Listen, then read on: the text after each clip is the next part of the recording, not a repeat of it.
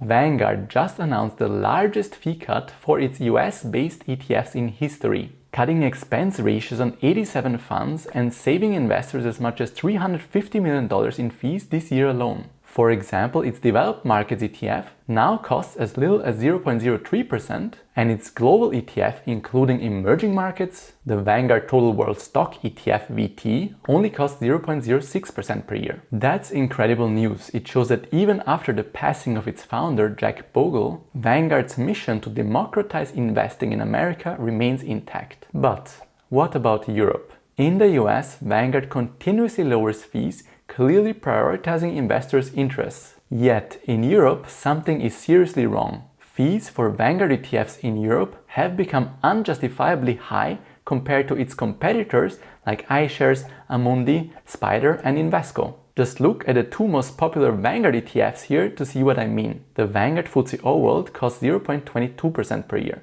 That's more than 3 times as much as the cheapest global ETF and 46% more than another ETF covering the exact same FTSE World index. And the Vanguard S&P 500 ETF is now also more than twice as expensive as the one by Spider. Vanguard's response to its competition, lowering its fees over the past 5+ years, couldn't have been more clear. Let's have a listen. Yes, disappointingly, Vanguard hasn't reacted at all. The last time they cut fees for European ETFs was in October 2019, more than 5 years ago. And yet, despite this, many of their ETFs have grown by billions of euros in assets under management each year, largely profiting from the company's good reputation in the US. Vanguard could have easily reduced fees while remaining highly profitable, but they simply chose not to. Now this is where things become even more disheartening. Let's check Vanguard's European website. Value. You give it, we stand for it. Why Vanguard? We're a different kind of investment company. We believe an investment company should manage its funds solely in the interests of its clients. It's what we stand for. Value to investors. Clearly, that's not true. At least not in Europe. The sad reality, Vanguard has proven that it values profits above all else. Unless something changes drastically in the near future, Vanguard needs to change its messaging here. Because right now, it's simply misleading. Speaking of actual value to investors, you can find my favorite low-cost brokers in Europe for ETFs linked down below, which is a great way to support me if you'd like to. The thing is, Vanguard is well aware that we're unlikely to sell our existing ETF shares with high yearly fees to buy less expensive ones, because we would then be forced to pay taxes on these realized profits early, which would far outweigh any difference in yearly fees. As a result, they've kept the total expense ratios unchanged for over 5 years now, likely to maximize the company's revenue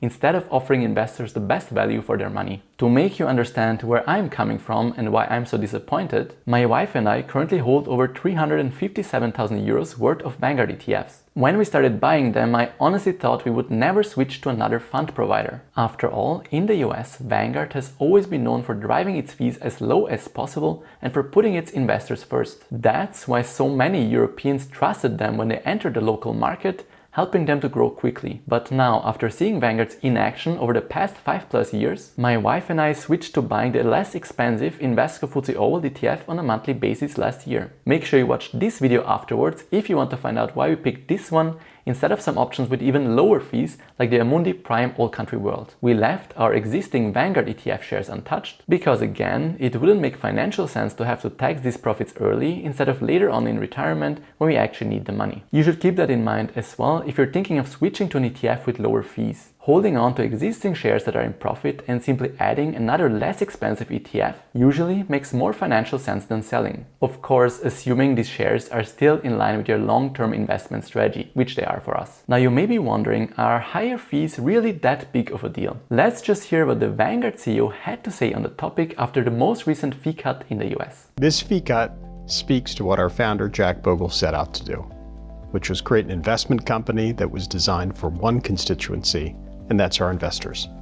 Bogle had a great phrase, you get what you don't pay for. That's correct. There's a false dichotomy between do you want great performance or high quality, or do you want low costs?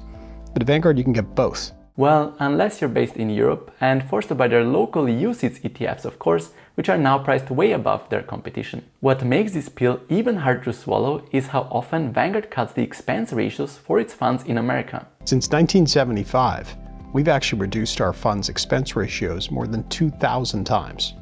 For example, let's compare the US-based Vanguard Total World Stock ETF VT to its closest European counterpart, the Vanguard FTSE All-World. VT launched with an expense ratio of 0.25% in 2008, according to its SEC filings. Yes, I had to go deep to find this information. And interestingly, the Vanguard FTSE All-World also launched with the same yearly fee of 0.25% in 2012, which made it the cheapest global ETF, meaning one that covers both developed and emerging markets in Europe at the time. Now fast forward to February 2025, 13 years later. Let's see what happened since then. Vanguard has been lowering the US-based World Total Stock ETF's fee almost every single year since, and it's now sitting at only 0.06%. As for Vanguard in Europe, they only lowered the FTSE All-World's fee a single time in October 2019, and even then only marginally, from 0.25 to 0.22% per year. Nothing has changed since then, even as it continued growing its assets under management and became one of the largest funds in Europe. Can you spot the difference between the two approaches? While they launched at the same yearly fee, the European version is now almost 4 times as expensive as its US counterpart. For an asset management company like Vanguard that prides itself in putting its investors' interests first and continually emphasizes the importance of low fees when investing, this is simply inexcusable. Here are a few other examples of European Vanguard ETFs with billions of euros in assets under management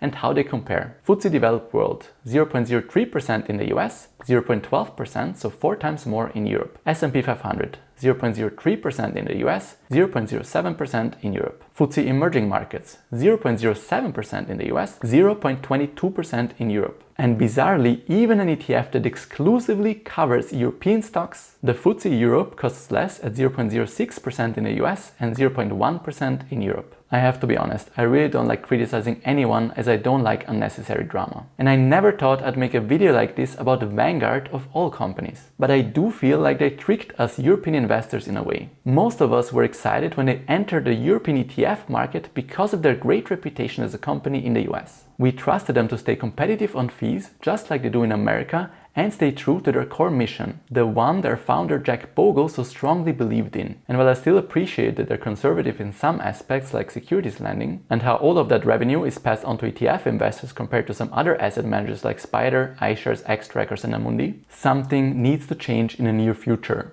as Vanguard have clearly lost their way in Europe and are prioritizing profits above all else here. We as European investors deserve better. I truly believe that this topic deserves more attention. If enough investors speak up, Vanguard may finally lower their fees here. So if this frustrates you too, share this video and let's put some pressure on them to act. Or maybe they just don't care about the European market anymore and are now just trying to maximize profits from their existing investors. That would be incredibly disappointing, so I really hope that's not the case. By the way, if you've been enjoying the video, don't forget to gently tap the like button and to subscribe if you haven't yet. You can find my favorite brokers for ETFs linked down below in the description, which is a great way to support me if you'd like to. Understandably, some of you might wonder, why not just buy Vanguard's cheaper US ETFs instead? Sadly, that's not an option due to EU regulations restricting access to US domiciled funds, so we're limited to ETF counterparts that are domiciled in Europe. Before you get disappointed, you may be surprised to hear that these could anyway be a very bad idea due to US estate taxes, which can be as high as 40% of the total amount. I explained this extremely important topic in this video right here, which even applies to individual US stocks which many people hold. So make sure you check it out if you haven't seen it yet. Thank you guys so much for watching, have a wonderful day and until next time.